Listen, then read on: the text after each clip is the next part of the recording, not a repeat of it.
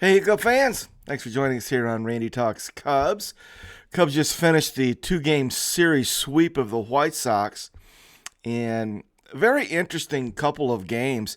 Brings the Cubs record now back to 500 at 31-31, and we're staring at four-game set with the Reds at Great American Ballpark, and it's going to be interesting how we respond. And I guess the good news is our next stretch here over the next probably 2 weeks or so. We're playing teams that are currently sub 500, but I'm not sure that really means that much. This four-game set with the Reds coming up is going to be critical. I think it's another fork in the road, another test to see where we are, and I think there's room for optimism going into to Cincinnati for this long weekend series. But at the same time, if we take a look at it, there's still some reasons to feel like there's some issues. And the reason I say that is, okay, we beat the Sox, but guys, that Chicago White Sox team's awful. That's a bad team, and we had to come back both nights against these White Sox. We were down 5 in game 1, had to come back. We were down 5-1 in game 2 and had to come back.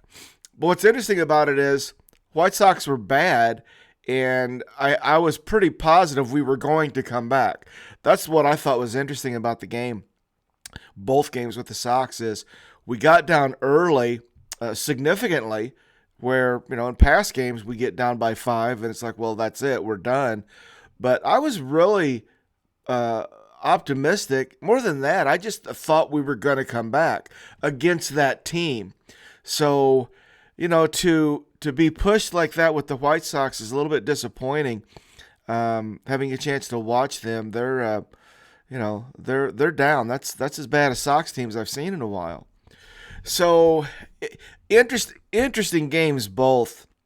The first thing I want to say about it is the crowd at Wrigley the last two nights was just incredibly awesome. Just what a great fan base. What a great place to be. Wrigley Field was just it was just so everything you want and expect out of a night at Wrigley this week. So it was just fantastic. And then I thought that the Cubs really showed a lot of resilience, mostly with their attitude. This was the first time I've seen them face adversity and really come out of that with a really strong, positive attitude, a grit, a fight. And I'm just wondering if the fact that the games went the way they did have triggered something in them. And there was a lot of moments where we could have hung our heads and given up, and we did not. And it was a team effort. So I was really impressed with how the team responded to the adversity. And we had some adversity. We had Morel had an error that really kind of kicked us, and we could have hung our head there. We came back. So let's talk about the two games. In game 1, we had Shota Imanaga, and Shota didn't pitch well. Very similar outing to the one before. So that's 2 in a row where he just didn't really have good command. He goes 4 1/3, gives up 7 hits, 5 runs, only 1 was earned. Morel had a very costly error that cost Shota some runs. He didn't walk anybody, and he struck out 6, gave up a home run. So he wasn't great, but just did give up the 1 earned run. And we had Miller come in, go inning and 2/3, give up a hit and a walk. Wesneski came in, gave up a home run. Luke Little came in, pitched an inning, struck out 2. Luke got the win on Tuesday night. And Hector Neris came in and pitched an inning. He walked a guy, and they pinch ran for him, and they put a speedster in who immediately stole second base. And Hector and Nico and Amaya pulled off a really slick pickoff at second base, back pick. And it was one where, first of all, the pinch runner the Sox had in was sniffing third. He was going to try to steal. So he was off. He was aggressive. Nico sneaks in behind him from second base, and Amaya gives Neris the sign behind home plate. Hector turned threw a strike to Nico down on the bag. Great pickoff to me, sort of sealed that win. So a great pickoff play by Hector Neris. So game one, Shota wasn't great, didn't get any help. Outside of Wisniewski's home run, the relievers came in and got the job done. Hector was pretty good in the ninth. Offensively, Happ had 3 hits. So Happ has been pretty good here over the last 10 days. His OPS over the last 10 days is up over 1,000. So there's signs that Happ might be on a run here. We'll have to wait. It's early in the run, probably about a week and a half. So we'll see how it continues. And we know he's always good in Cincinnati.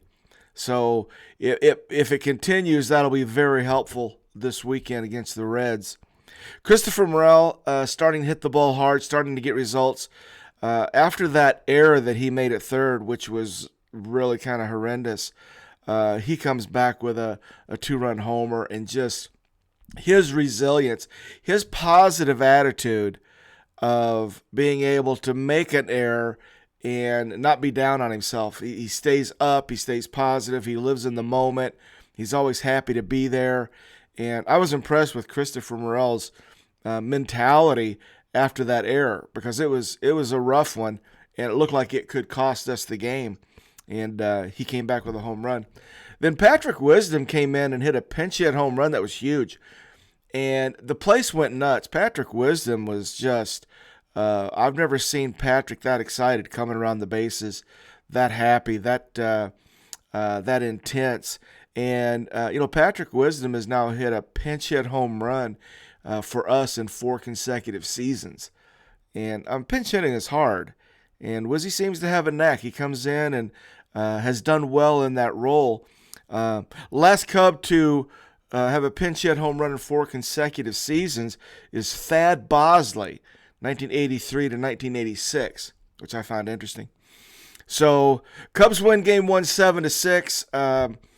A comeback win. But again, the downside of that is it's against the Sox. Why are we getting down and having to come back and it being that close against this team?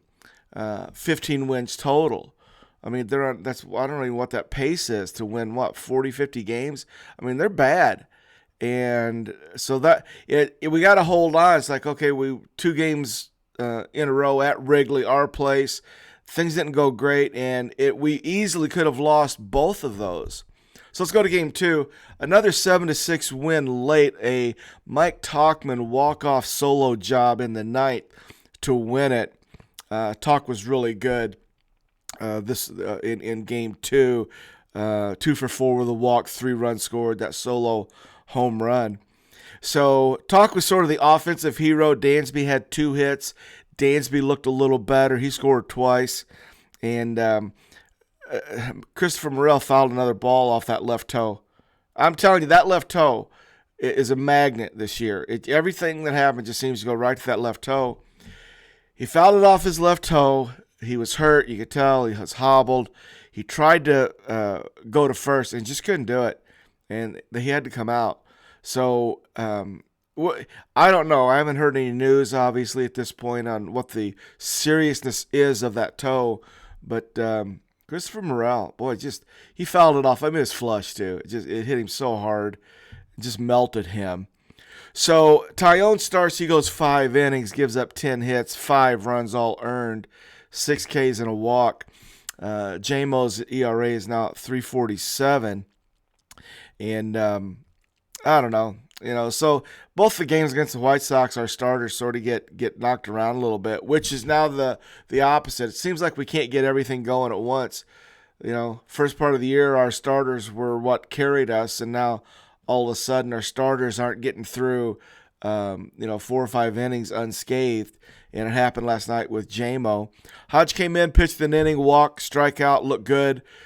Smiley pitched an inning, gave up 2 hits, walk, got out of it. Wisniewski came in, gave up another home run. So that's back-to-back nights that Hayden Wisniewski has come in and given up a long ball. Mark Jr. pitched the third, struck out the only batter he faced, And then Hector Neris walked a guy, struck out 2 to get out of the ninth. And of course, he got the win with the walk-off Tauchman home run. Hector Neris is 6-0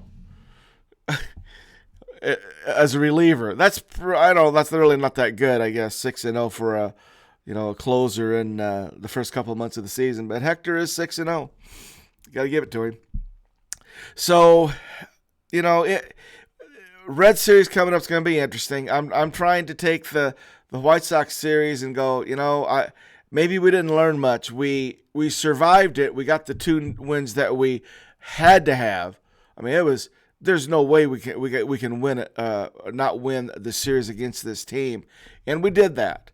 The way we did it, the things that needed to happen are a little concerning. So, but we got some good news with Morel looking a little better, hitting the ball. Dansby looked a little better. Wizzy looked a little better. Talk was looking better. Suzuki is on a little bit of a run as well. So there's some reason for optimism. PCA hit a ball so hard in Game 1 right at the second baseman. So he's got a little bit of the Morel syndrome. It looks like he's hitting the ball hard, not getting rewarded for it. And reason for optimism. We got a little momentum going. Let's see if we can get into Cincinnati and start to get everybody going. Assad, Steele, Brown, and Shota. I like that. I feel like we're in good shape going into Cincinnati. And a little piece of bad news that if you haven't heard, you're not going to like it. Our number 1 prospect, Cade Horton, who we have really been thinking is going to be at least in Wrigley at some point this year. And there's been a time where I thought we were going to see him soon. He's on the shelf. He's got a strained subscapula, and he is shut down. They're going to shut him down for 3 to 4 weeks. So, I mean, that's a month shut down, then, build back up. To me, it's at least 2 months. So, Cade Horton probably not going to see him in Wrigley until at least August, if then. So that's some sad news a little bit. So, guys, that's where we are. I mean, 31-31. We're back to 500. Going to be a big series against those Reds this weekend. And hopefully we can go in there and play well and pick up sort of on the good things that we've seen here of late. And it's going to be interesting as always. So, guys, thanks for joining us here on the RTC. Hope you feel like you're caught up. Get ready for the Reds this weekend. And go Cubs go.